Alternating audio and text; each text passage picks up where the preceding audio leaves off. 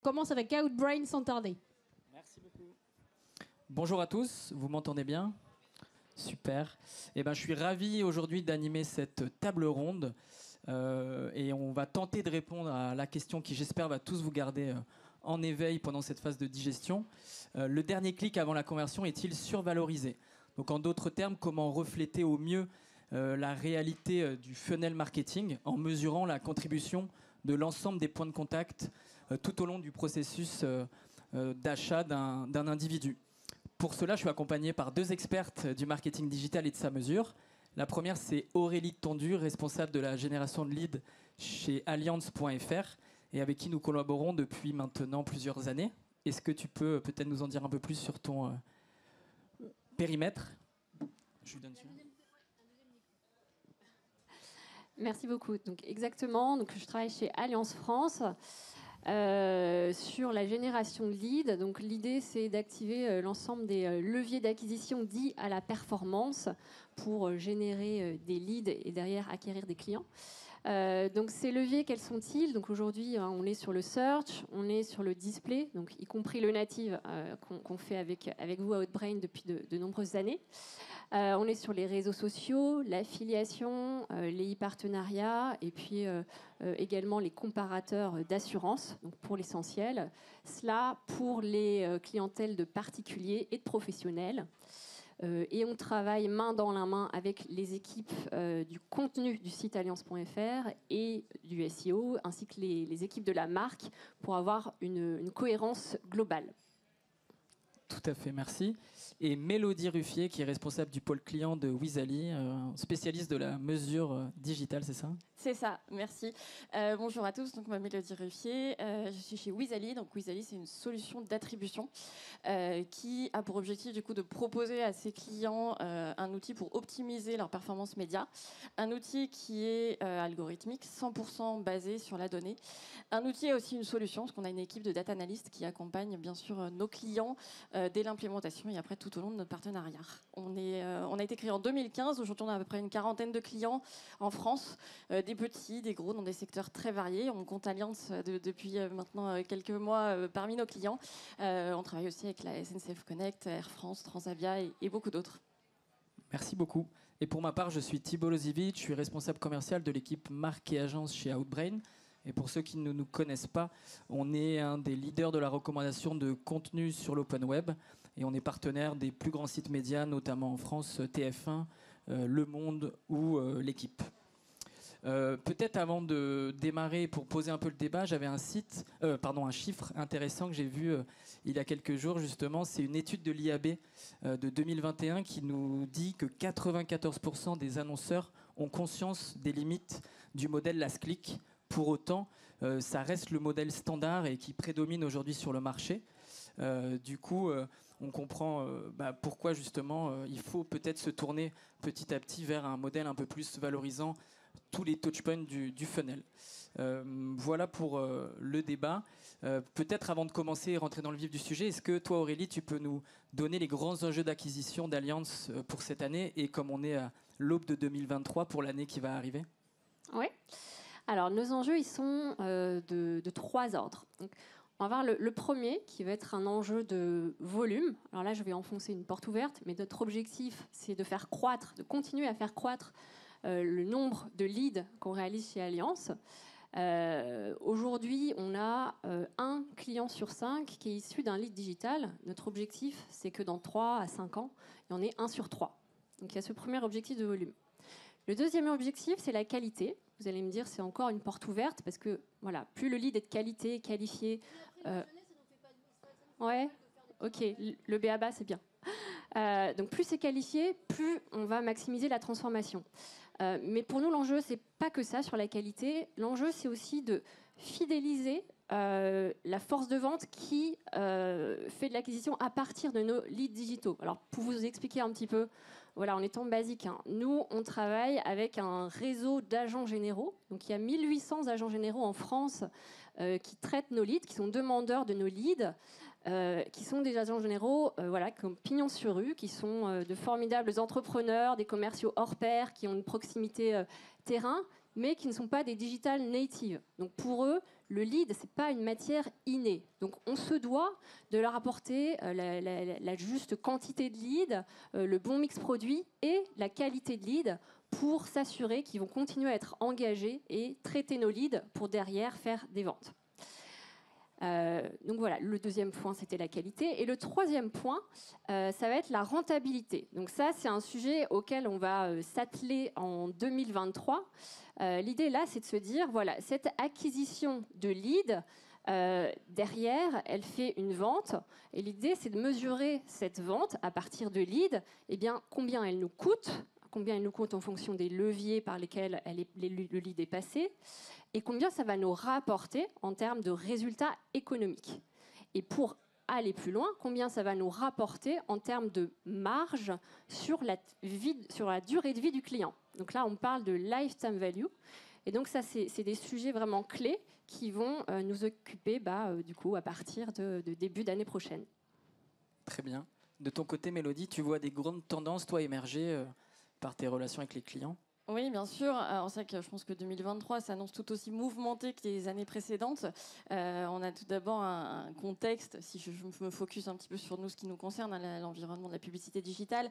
On est dans un contexte où, après la collecte du consentement qu'on a vu arriver en 2021, qui a fortement impacté les données qu'on pouvait collecter et donc analyser, 2023 nous annonce la fin des cookies tiers. Alors, peut-être pour rappeler ce que ça va impacter, c'est-à-dire que les cookies tiers nous servent aujourd'hui principalement à mesurer les impressions, très utile quand il va s'agir de mesurer le display. Et c'est vrai que cette disparition va nous impacter, nous, directement, à travers nos clients, dans la mesure de la performance des canaux. Et c'est pour ça que nous, chez Wizali, on travaille vraiment à anticiper et à répondre le plus objectivement possible à toutes ces problématiques auxquelles vont faire face nos clients. On leur a mis à disposition en 2021 un mode hybride, justement, pour continuer de collecter 100% de la donnée, tout en étant, bien sûr, en conformité avec les directives de la CNIL. Et on anticipe cette disparition des cookies tiers en travaillant avec les partenaires médias comme Outbrain pour continuer à collecter des impressions qui vont venir alimenter un algorithme sur lequel on travaille, qui est déjà disponible, puisqu'on prend en compte aujourd'hui toutes les impressions des réseaux sociaux qui sont déjà dans des environnements fermés qui ne nous permettent pas de traquer leurs impressions. Donc voilà, on anticipe tous ces points contextuels pour pouvoir continuer à mesurer le plus objectivement possible les performances des canaux. Ça, c'est pour le point un petit peu contexte. Et ce qu'on peut observer, nous, chez nos clients, et on le voit aussi, c'est un mouvement que prend Allianz également, on est passé d'une stratégie qui était très héroïste, très court-termiste, à une stratégie qui s'oriente plus vers le tunnel client. Nos clients, à nous, aujourd'hui, voilà, vont arriver à une stratégie de pilotage du parcours où on voit qu'il est important de travailler toutes les phases du parcours client, de l'acquisition à la fidélisation. Très bien. Rentrons maintenant un peu dans le vif du sujet. Est-ce que, Aurélie, tu peux nous expliquer comment, chez Allianz, vous êtes venu à justement vouloir mieux valoriser les différents points de contact dans le funnel? Tout à fait. On va essayer. Alors nous, on a plusieurs niveaux de lecture. Ce funnel, aujourd'hui, on va dire traditionnellement, on utilise toujours un modèle last click, tout simplement parce que c'est aujourd'hui la méthode qui est à notre portée la plus fiable pour compter notre nombre de leads. Donc on est à peu près sûr de notre nombre de leads avec un modèle au last click. Cela étant dit, on a conscience des limites de ce modèle puisqu'il ne rend pas justice à l'ensemble des points de touche, puisque on va seulement compter le joueur qui met la balle au fond des buts et on va oublier les coéquipiers derrière qui ont amené la balle. Donc on va tout donner au buteur. C'est pas un jeu d'équipe, parce que la métaphore footballistique est à propos en ce moment, donc voilà, j'en profite. Donc voilà, ces limites, on en a conscience, et c'est pour ça que on se dit qu'il fallait aller vers un modèle d'attribution data-driven. Donc ça, c'est des réflexions qu'on a eues dès 2017, avec un cheminement sur comment y arriver, comment utiliser des solutions de marché. Parce qu'aujourd'hui encore, effectivement, quand on parle à nos dirigeants, il y a vraiment une tentation de se dire pourquoi on ne se concentrerait pas que sur les leads, les leviers qui finalisent le lead. Donc ça, on se doit d'avoir un reporting un peu plus, on va dire, conforme à la réalité de la contribution de chacun des leviers Et pour cela, voilà, on a cheminé vers des solutions et aujourd'hui, on est arrivé, on va dire, à maturité dans ce cheminement. Et on travaille dans la main avec Wizali pour utiliser ce modèle d'attribution algorithmique qui va redonner justice à chacun des points de touche. Et puis là, voilà, on arrive vraiment à maturité et c'est vraiment le modèle vers lequel on veut aller, à la fois pour mieux attribuer nos leads en fonction des points de touche, et puis aussi pour mieux piloter et arbitrer nos coûts par campagne pour améliorer la rentabilité. Donc pour nous, vraiment, l'outil Wizali d'attribution algorithmique doit être un outil d'aide à la décision pour mieux investir sur nos médias. Et justement, Mélodie, quel a été le modèle d'attribution choisi pour mettre en avant ce collectif dont parle Aurélie ? Et justement, on ne choisit pas de modèle dans Wizali. Comme le disait Aurélie, on a un modèle qui est basé sur la donnée. Il n'y a pas de règles. On veut rester objectif, donc pour ça, on se base. On prend toutes les données du client, donc on va analyser tous ses parcours clients. C'est pour ça qu'il n'y a pas un modèle, mais il y a plein de modèles, puisque tous les parcours clients sont différents. On va analyser tous ces parcours, et c'est ces parcours qui vont alimenter notre algorithme, qui va redistribuer le poids de la conversion à chacun des canaux en fonction du rôle qu'il aura joué dans ce parcours. C'est ça que là, l'image sportive est très juste. Dans un modèle last click, où vous allez donner la conversion au dernier clic, donc au buteur. Là, nous allons distribuer la conversion, donc on va avoir des morceaux de conversion qui vont être distribués à l'ensemble des participants qui auront contribué à cette conversion. Donc il n'y a pas un modèle qu'on choisit, c'est le modèle qui se définit. Et je pense que ce qui est important, et ce qu'Aurélie disait, c'est vrai qu'au-delà quand on choisit un modèle d'attribution, il y a bien sûr toutes les performances qui vont être redistribuées, mais c'est aussi un accompagnement de l'organisation. C'est un changement de pilotage au global. Et c'est pour ça qu'il y a beaucoup de pédagogie aussi à faire, je pense, au sein des équipes. Et nous, on travaille beaucoup dans ce sens avec les équipes métiers, pour vraiment expliquer le modèle, expliquer l'approche, pour que les équipes puissent se les approprier, bien évidemment, et que ça puisse devenir vraiment le référent au sein de l'organisation. Est-ce que tu aurais des chiffres pour montrer l'apport, par exemple, du native sur des campagnes L'exemple est ciblé. Non, mais c'est que traditionnellement, ce qu'on voit quand on implémente un outil d'attribution algorithmique, qu'est-ce qui va se passer assez classiquement ? C'est qu'on va dévaloriser tous les leviers qui étaient fin de parcours. Donc souvent, on va avoir le direct, qui est un levier qui arrive en général en fin des parcours, ou du retargeting, ou de l'affiliation qui serait très cashback ou promo, pour revaloriser des leviers upper funnel. Et forcément, là, oui, en effet, on voit réapparaître du display qui va avoir ses performances complètement changées. C'est vrai que c'est le cas pour Allianz, où on voit un display, si on compare les modèles last click et le modèle algorithmique, qui va avoir ses conversions doublées. Le volume de conversion qu'on va lui attribuer va tout simplement doubler. C'est un phénomène qui est accentué aussi par le consentement. Pourquoi ? Parce que ces leviers upper funnel, en général, ont un consentement qui va être plus faible que la moyenne. Pourquoi ? C'est quelque chose qu'on attend en général, mais parce que les visiteurs vont être moins engagés avec la marque s'ils sont en haut de leur parcours d'achat. Et chez nous, chez Wizali, du coup, on s'attelle aussi à revaloriser le levier en fonction de son taux de consentement. Et ce qu'on peut voir aussi chez Allianz, c'est où on va être sur un taux de consentement global qui est de 60-65%. Un visiteur qui vient du display est en moyenne va avoir un taux de consentement entre 20 et 30%. Donc vous voyez, si on ne le revalorise pas non plus en prenant ce point en considération, le display paraît complètement inutile dans les parcours clients, ce qui, bien sûr, n'est pas tout à fait la vérité. Très bien, merci. Aurélie, du coup, on sent que la promesse est belle pour mettre en place tout ça, mais est-ce que tu vois des freins, justement, à la mise en place d'un tel système au sein d'une grande structure comme Allianz ? Alors, effectivement, On est vraiment là pour se parler franchement. Oui, bien sûr. Bien sûr. Un modèle qui a l'air théoriquement hyper... Ouais. Alors, voilà, pour vous faire le cheminement, comment ça a commencé ? Au début, il a fallu convaincre. Sur ce sujet-là, on n'a pas eu tant de sujets que ça, puisque dès lors que dans un grand groupe, vous présentez un projet avec un big case, des hypothèses à peu près raisonnables, et que vous avez une rentabilité derrière, globalement, ça passe. C'est pas vraiment ça qui a été le sujet. Et Wizali était là pour optimiser notre rentabilité. Donc ça, c'était pas vraiment un sujet. C'est plus dans la mise en place, on va dire, opérationnelle, technique. qui tient plus de notre condition de grand groupe, effectivement, avec ces rouages voilà, pas toujours les plus agiles, que ça a été compliqué. Si je donne un exemple, voilà, la contractualisation, il y a un certain nombre de clauses d'exigence, on va dire, de sécurité chez nous qui font que voilà, il faut remplir des questionnaires compliqués, ça dure longtemps, bon, voilà, ça peut être assez long. Ensuite, d'un point de vue, on va dire, opérationnel, il faut aller chercher toute cette donnée à la base parce qu'on ne peut pas partir de rien.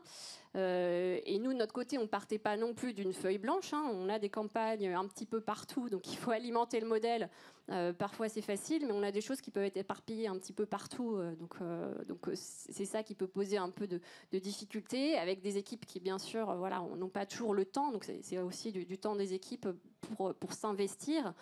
Après voilà, tout ça c'est un petit peu derrière nous maintenant et maintenant on va être sur la dernière étape. L'idée c'est que vraiment les équipes s'approprient le modèle, qu'on en fasse vraiment notre outil d'aide à la décision, que tout le monde comprenne vraiment les bénéfices que ça apporte pour qu'on puisse continuer à avancer. Donc là on est plutôt confiant, on est sur la phase d'atterrissage.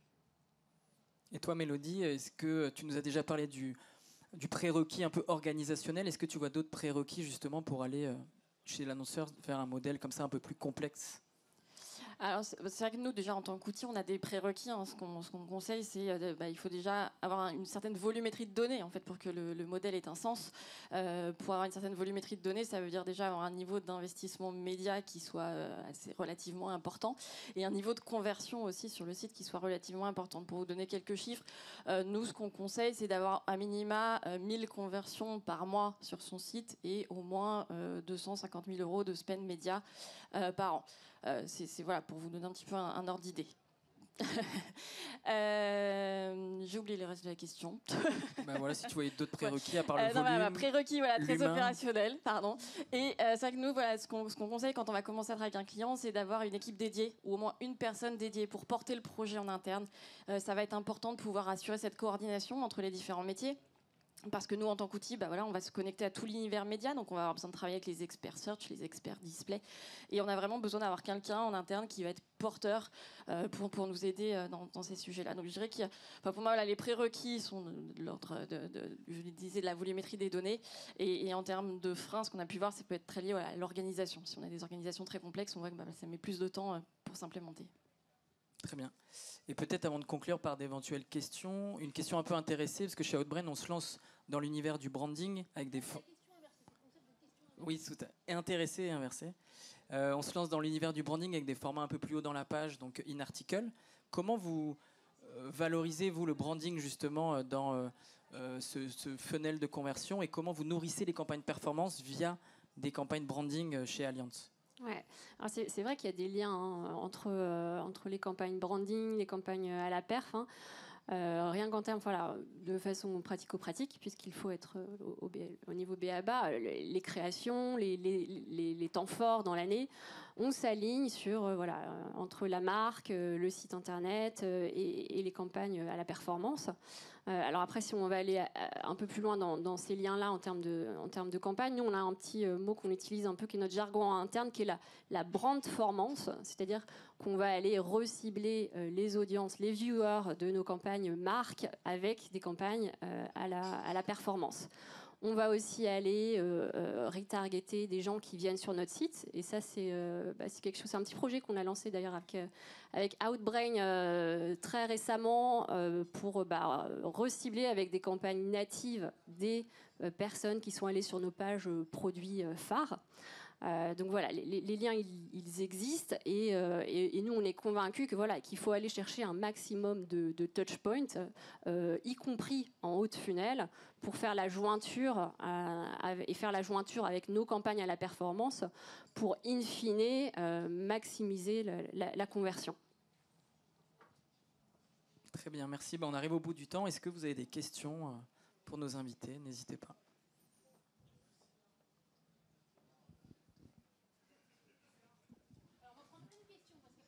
Oui, bonjour. Quels ont été des insights concrètement, des insights concrets après la mise en place de la solution? Vous avez ajusté des budgets pour certains leviers? Alors, aujourd'hui, on a de premiers insights. Effectivement, on voit que voilà, avant, pour le SIA ou le SEO qui prenait 100% de la conversion, aujourd'hui, ça va être dispatché entre voilà, 40% de SIA, 10% de réseaux sociaux, 40% de display. Donc ça, c'est les premières analyses qui nous ont permis de le voir. Aujourd'hui, on n'a pas encore complètement atterri, donc on n'en a pas encore pris les mesures derrière pour ajuster le budget. Mais rien que ces éléments, c'est des choses qui vont nous permettre de convaincre voilà, un management qui va nous dire « Ah, mais le display, vous êtes sûr que c'est utile ?» Donc ça a déjà un premier effet, des bénéfices pour se dire voilà, il faut qu'on continue sur nos leviers de telle ou telle façon et pas voilà, prendre de mauvaises décisions.